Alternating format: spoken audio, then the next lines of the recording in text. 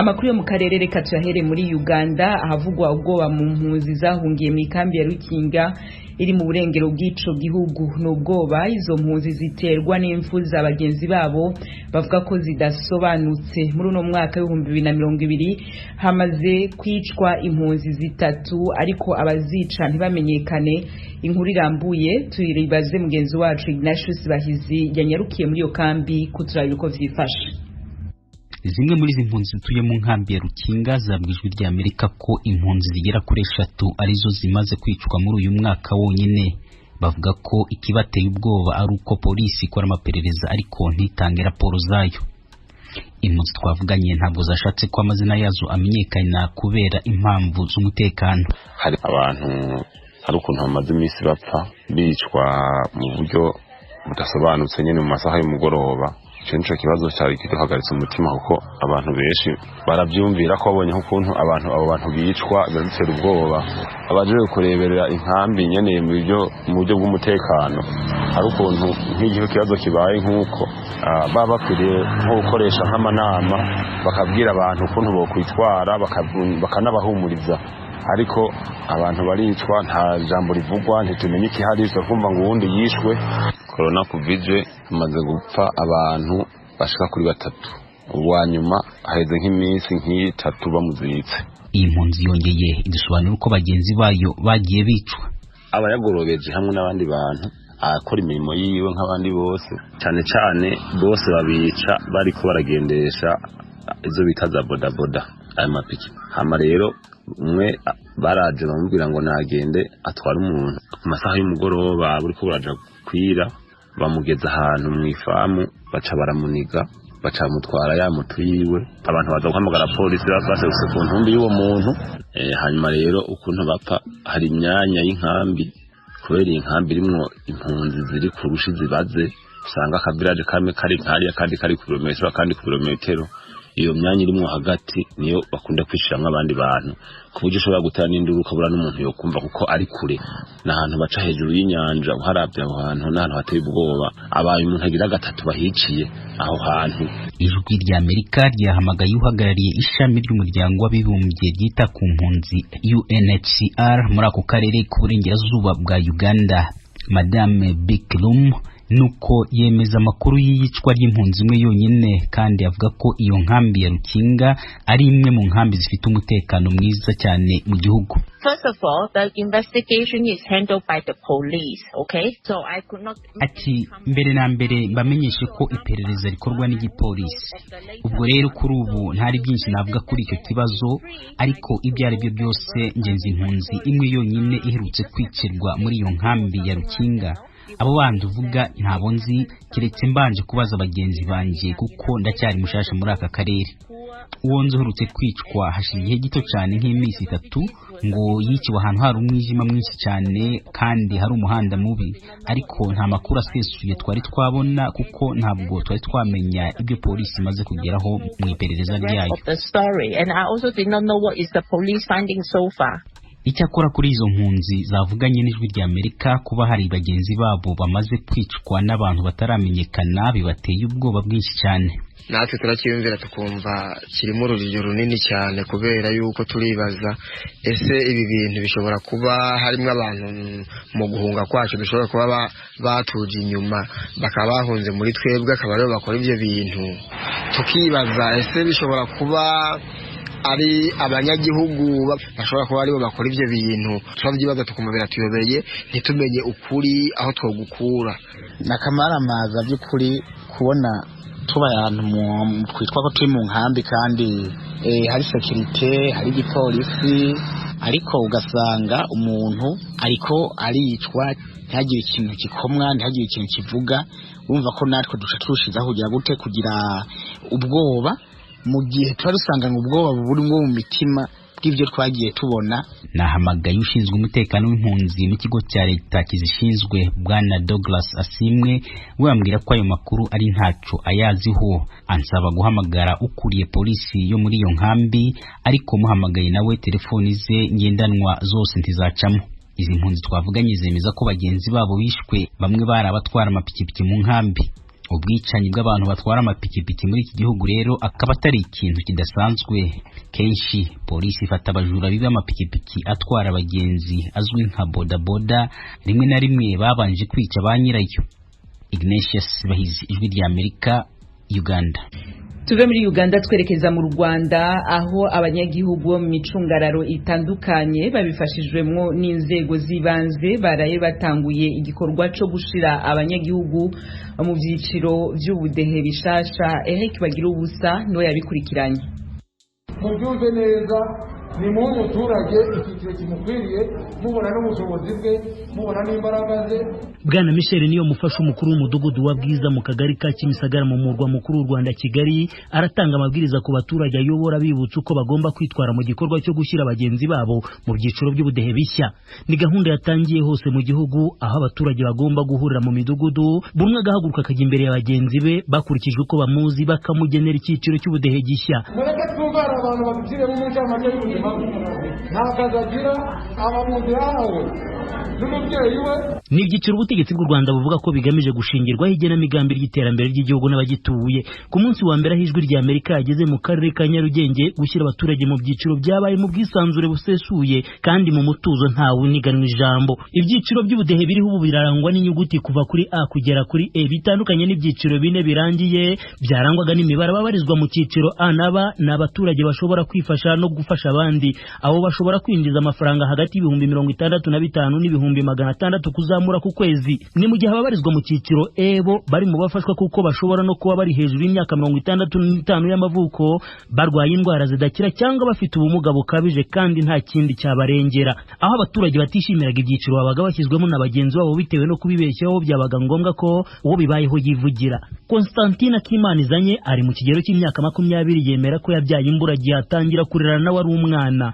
Bari bamukize mu cyiciro cya C kibarizwamo abakene bafite n'ubushobozi bwo gukora bakibeshaho. Yahise yakijambo inteko y'abaturage maze abwira umukuru w'umudugudu ko bamwibeshyeho, ashaka kubarizwa mu cyiciro D cy'abakennye cyane. Na mama ahari ntago namubwira ati mfite ikibazo runaka gikemuye kuko nawe n'uwo gufashwa, sinibaza ukuntu bafashe kandi banzi ndi umuturage wabo mamaze igihe bakifata bakanshyira mu cyiciro cya njyewe icyiciro nakwisabira bitewe n'ubushobozi mfite n'uko niyizi n'uko meze, nasaba icyiciro cya D kuko nawe ufite undengera ninjye wimenye. Naho abaturage babaga bataziranye cyane byasabaga ko byibura haboneka uwabazi uwatanze amakuru agishidikanywaho ari nayo ashingirwaho mu kugena ibyiciro by'ubudehe bishya. Hari igihe hano usanga abantu duteye tutasobanukiwe ubuzima bw'umuntu. Gerere nkanjye umuzi rwose ndumva D ayikwiriye, ahubwo agize amahirwe akayisohokamo yazayisohokamo agatanga ikindi cyiciro, ariko ubu kuri iyi saha agena umva mwamuhada. Uko byateguwe ari nako amategeko abiteganya, umuturage bashyira mu cyiciro cy'ubudehe gishya ntanyurwe afite iminsi 2 yo kugana ubuyobozi bw'akagari abarizwamo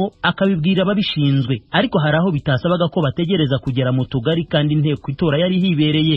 Nibyo Bwana niyo mufasha umukuru w'umudugudu wa Bwiza yibutsaga abaturage. Umuturage wese utanyuzwe n'icyiciro inteko y'abaturage yatanze, igisabwa n'amategeko nuko umuturage ajurira mu minsi 2 nyuma y'ibi bintu tumaze kubikora. Ariko dushingiye ko abaturage bose bisabiye kugira ngo aze imbere y'abaturage avuga imibereho ye ya buri munsi, twemeye ko umuturage mwe mu mudugudu atari wowe wagenda ufite ingingimira. Reka rero tumufashe nk'abaturage n'inteko y'abaturage. Aba bana nawe mwisibo mudufashe tumugenera icyiciro nk'uko twageneye abandi baturage bose kandi nk'uko abaturage bose bishimye. Bwana Vedaste Ngirinshuti y'imyaka 52 yishimira icyiciro cya C abaturage bamushyizemo, bakavuga ko kuri iyi nshuro byakozwe mu mucyo. Biratandukanye cyane kuko abantu benshi baga mu byiciro bidakwiye ubushobozi bwabo, ariko ubu ngubu abantu bashyirwa mu byiciro bikwiye ubushobozi bwabo. Numva rero ibintu byo kwishimira, kera watangaga amakuru akagira ahandi ajya bakayahindura bakaguha ibyo utavuze, ariko noneho ibintu byabaye direct ku buryo ibyo wavuze kandi byemejwe n'abaturage ari byo bigiye kugenderwaho. Madame Nyasiyene Nyirarukundo, umunyamabanga wa leta ushinzwe imibereho myiza y'abaturage muri Minisiteri y'Ubutegetsi bw'igihugu, asaba abaturage gutanga amakuru y'ukuri muri iki gikorwa, akavuga ko uwabeshya bigambiriye bishobora no kumugiraho ingaruka. Uzabeshya bigendereye ashaka kuyobya igenamigambi ry'igihugu n'iry'abaturage muri rusange, nabo bishobora kumugiraho ingaruka. Bikwiye rero gukorwa mu buryo bwiza bushoboka. Ibyiciro bizashingira ku byo umuntu afite uyu munsi, bishobora no kubyazwa umusaruro bikaba byamugirira umumaro. Uwabihisha rero noneho n'uwajya kumufasha ngo abibyaze umusaruro yavuga ati wowe ntabyo ufite, ubwo ibyawe n'ibindi. Kugeza ubu ibyiciro by'ubudehe bishya birareba abanyarwanda babarirwa muri miliyoni 13 z'abenegihugu. Mu byiciro birangiye hakunze kumvikana abatari bake babyijujutiraga ko byakozwe mu buriganya, maze bituma bamwe bavutswa uburenganzira bwo kubona serivisi z'ubuvuzi, izo kurihira abana amashuri n'izindi. Byitezwe ko gushyira abaturage mu byiciro bizarangirana na tariki 6 z'uku kwezi kwa 12. Bagira ubusa ijwi rya Amerika i Kigali.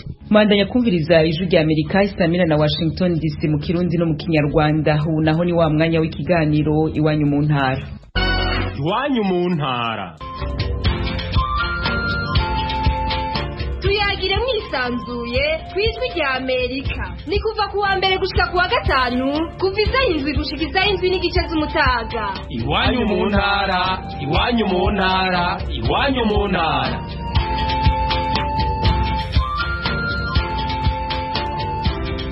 Iwanyu mu ntara tuyihere mu Burundi. Muri icyo gihugu haravugwa ubwinshi bw'abana batagira kirera baba mu muhanda.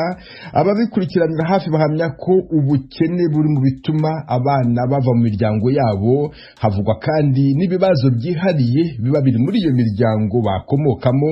Inkuru irambuye Eloge Wirikaneza. Elvis Irakoze na gahungu k'imyaka 15 kaba mu mabarabara ya Bujumbura mu mukuru w'ubutunzi, gaturuka mu buraruko bw'ico gisagara mu Buterere, kahebeye amashure mu mwaka wa 5. Karatubwira uko kabayeho. Njama mu Buyenzi ajya kuri witi ujye umunani yongera gufungura. Rara una musini kwa 5 tuza tugasaba imikati bajya barabu iyo atari imisho kwa 5 ngagera kurondera ivyuma ngatazondera ivyo fungura. Christian Hatungimana na kandi gahungu kaganiriye n'ijwi rya Amerika, katuruka mu Kanyosha mu manuko bwa Bujumbura. Kisanze mwibarabara kubera ingorane zo mu muryango. Papa wanje yarapfuye, mama wanje acagenda kundi mugabo, twavukana turi 5. Rero mugabo acakagoya dutunga turi abana 5 kandi tutari biwiwe. Acavuga ati ngo bamwe bimenya hano baje bamacashira kwa mama mudogo nawo mugabo wacaranka, acagati ngo twimenya hano tuja. Mana acambira ati ngo mbe ndaronda hano nzoze ndarara, musi bizokunda nzoce na. Nayo byambe ndayishimiye yemeza ko mwibarabara abana nawe nyene arimo bahigira ingeso mbi zirimo no kunywa yayo bamutwe. Ujyanwa byana muturiye ku kuboko. Ni ariko ijya ibiratu birana ikumenesheko ni nkabujya kwa acide kikumyora umubiri hanyuma cyazanye ikironda shizeko n'ikibiritiraka. Jewe nade mwibarabara baca barabinyigisha canangura kubimenyera uko nyene ngo ni swing n'ubu ndacabiho.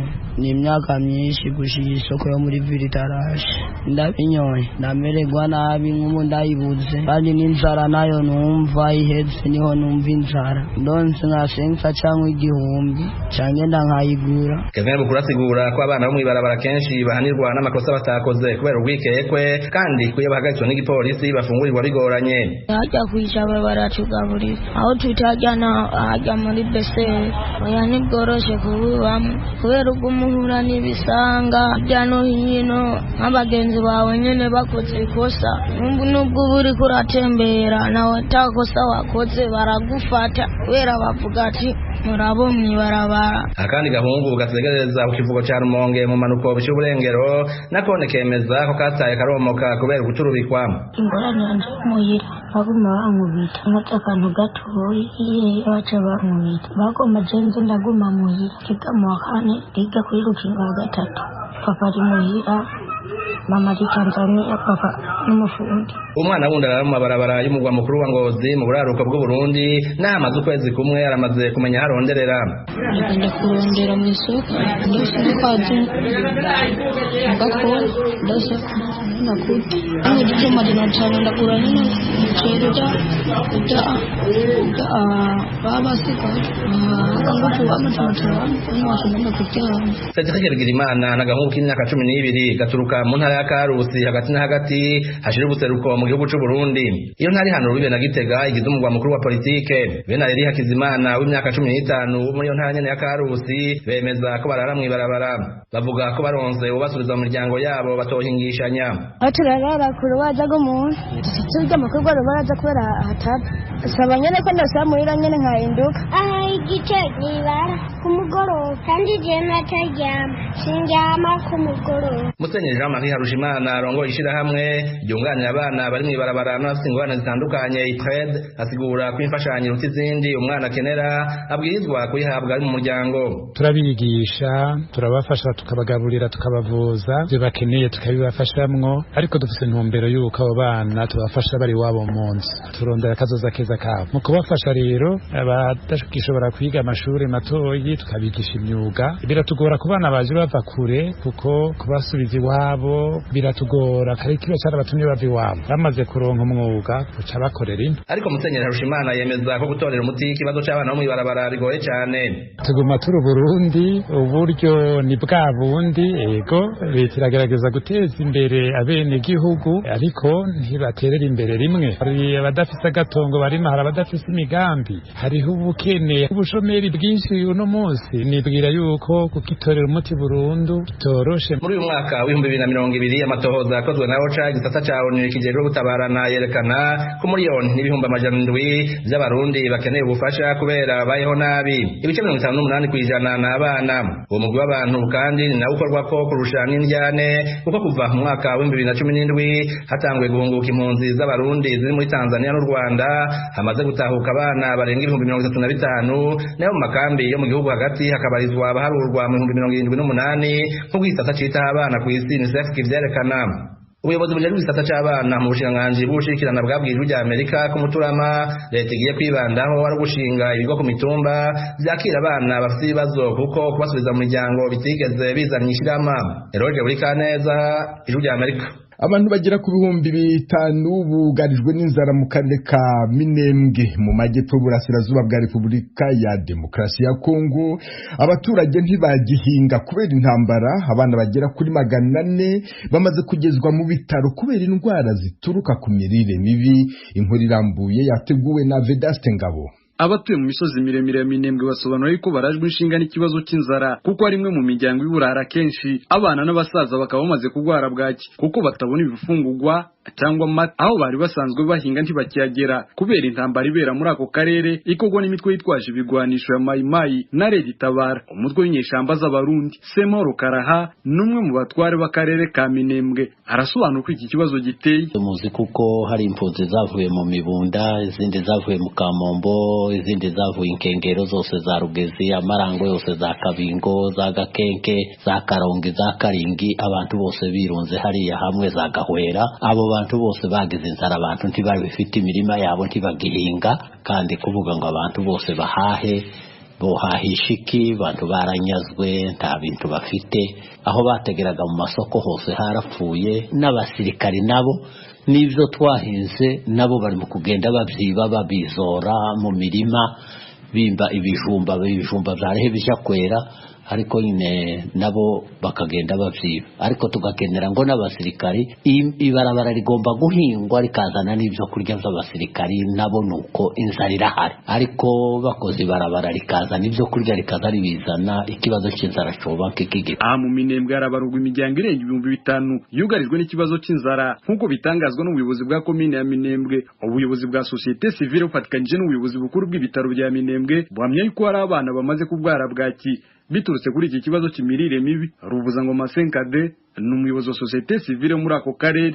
Tumaze imyaka igera hafi 3 turi mu ntambara, nta muntu uhinga, nta worora, nta ucuruza, nta ubwira icyo akora, nta mfashanyo turonka. Ubwo rero murumva ko inzara itareka kuza mu baturage.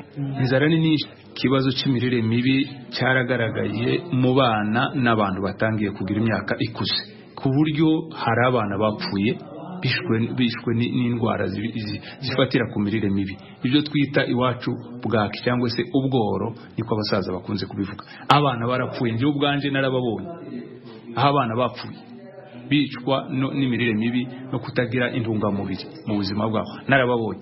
Ubu hari abasaza byahitanye, abakecuru byahitanye, abandi nabo bararembye. Iyo ugiye ku bitaro ufata imibare irenga abantu 400 bamaze kumenyekana ku bitaro, ariko si ukuvuga ngo bose barahageze. Abo ni kakana karembye noneho bakakajana ku bitaro bibaza ko ari indi ndwara, bagasanga ni imirire mibi.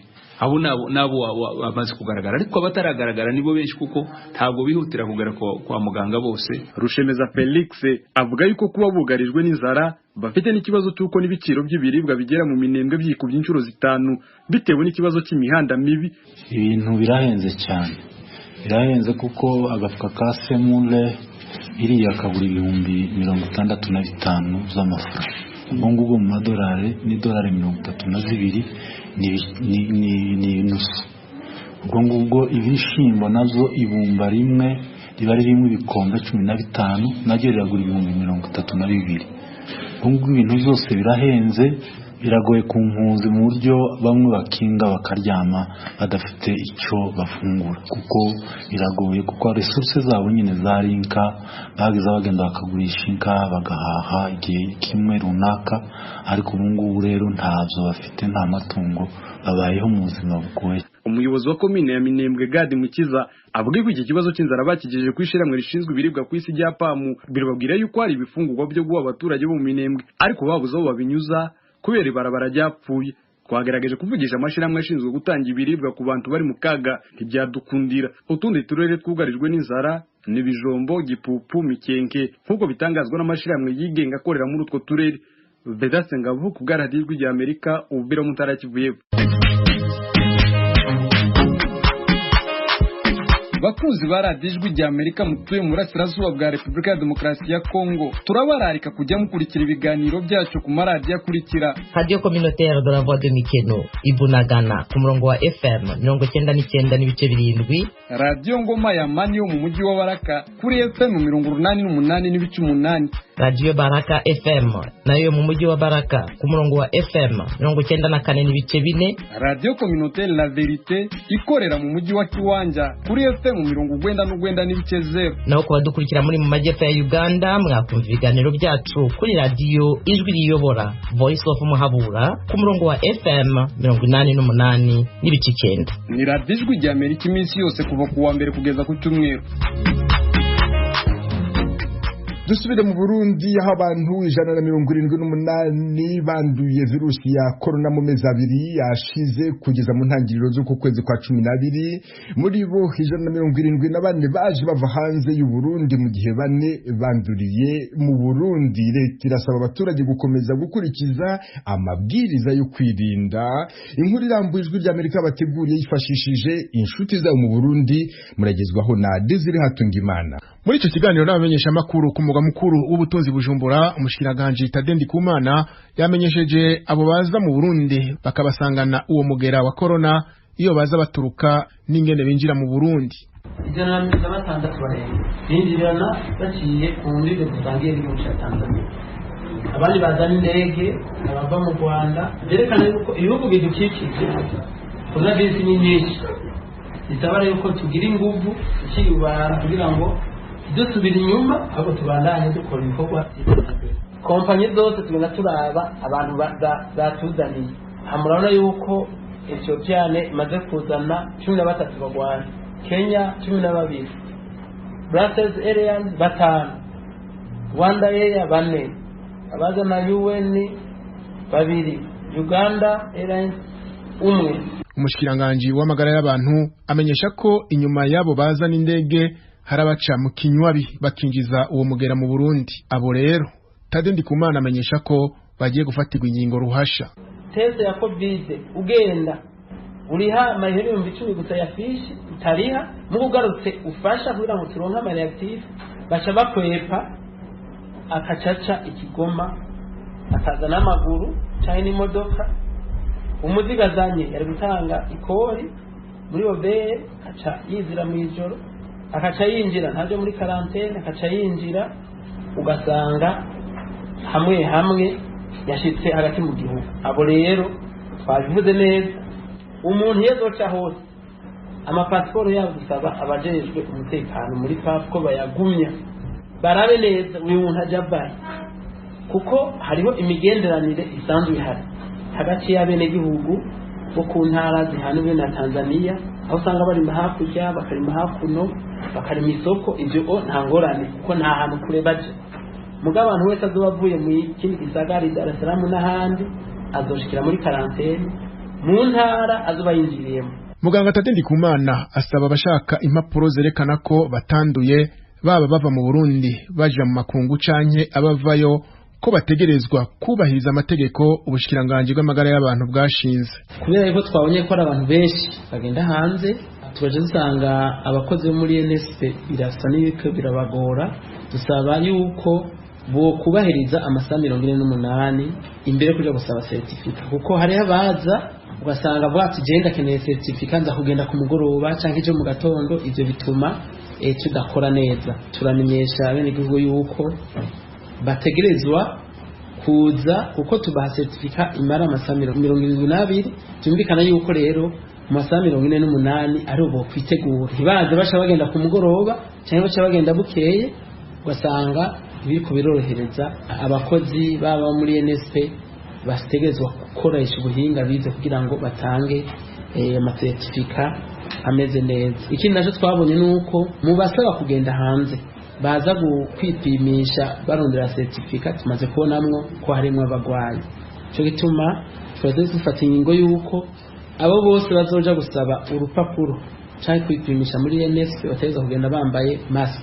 Muri kino gihe ubushiranganje bw'amagara y'abantu bumenyesha ko amahoteli amwe atubahiriza amategeko y'abantu bari mu kato. Kubera ivyo muganga Ndikumana amenyesha ko amahoteli yose yakira ingenzi ategerezwa gusinya amasezerano na leta yo gukurikiza amategeko agenga abantu bari mu kato, abateyakurikije bagahanwa vy'akarorero. Kugeza rero kuri uno wa kane nkuko bishikirizwa n'umushikiranganje w'amagara y'abantu, abamaze kwandura ico kiza kuva giteye ni 692, 630 barakize, 61 baracari ku miti, nayo umwe akaba ari we amaze kwitaba Imana. Turabaramukije bakunzi namwe banywanyi b'Ijwi rya Amerika. Mu ntumbero yo kuronka amakuru y'imvaho kandi agezweho dushobora gusangiza n'abanywanyi bose, ni ngombwa ko tubandanya gukorera